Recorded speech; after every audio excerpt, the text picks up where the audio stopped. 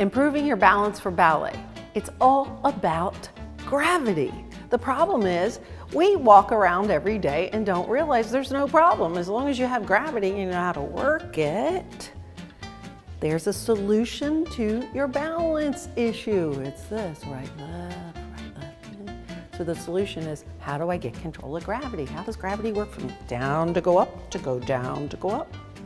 Stay tuned, I will give you the details of that. It is so cool. So stay tuned.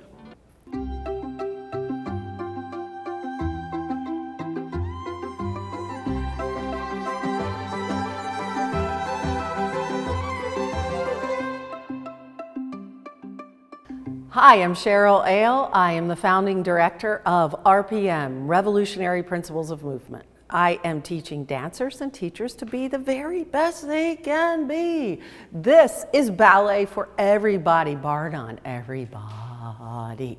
This is what we do. So, how do we get better at balancing? Balancing, how do we get better? Well, I'm here to show you just that, and here we go. Today we're going to find out where your balance point is, okay? And you might think, well, I'm walking around, well, I'm walking. Yeah, well, balance point in ballet is super critical to being able to turn, jump, balance, and what else can I say? But that's probably the meat of it.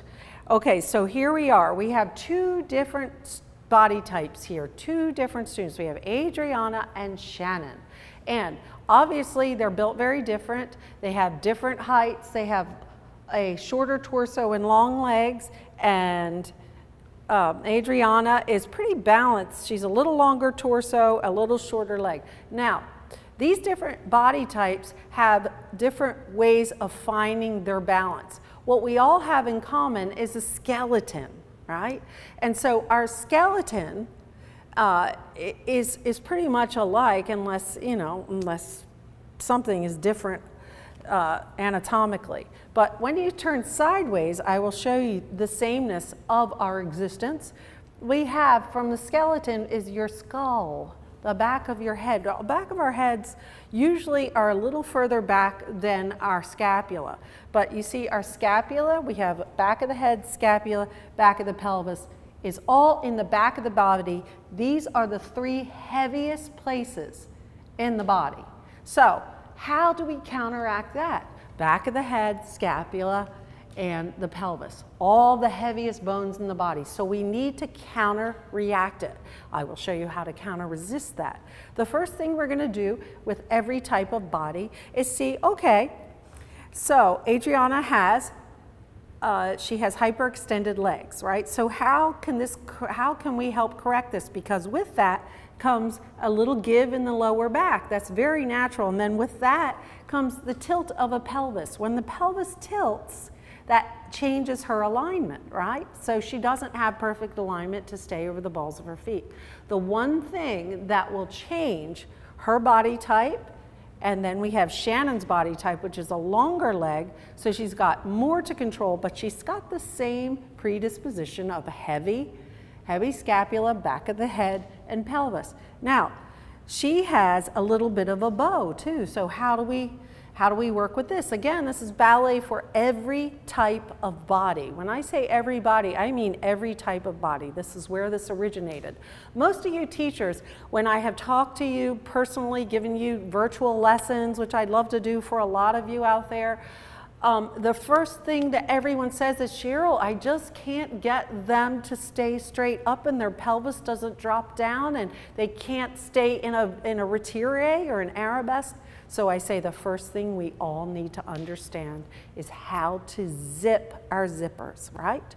So zippers go from the top of the pubic bone and the middle of the sternum, and you bring that together to the mid-abdomen. Now, when that happens, I want you to see the change in Adriana's body when she slowly zips, and then what happens to the predisposition of her legs and what happens with her balance point. So go ahead, Adriana, and zip, and you see the curve in the back changed slightly, and she actually moved forward. There's her balance point. So let your stomach go back out, Adriana, and look what happens. Did you see that slight shift? She just shifted back to her heels, because that's a natural thing, because this is where all the weight is, in the back of your body. So there it is, zip again, and she moves forward. Same thing with Shannon. Even though they have two totally different predispositions, right, as bodies, predisposed types of bodies. Okay, so zip, and look at that. Now, even Shannon has a little bit of this, but she moved forward too.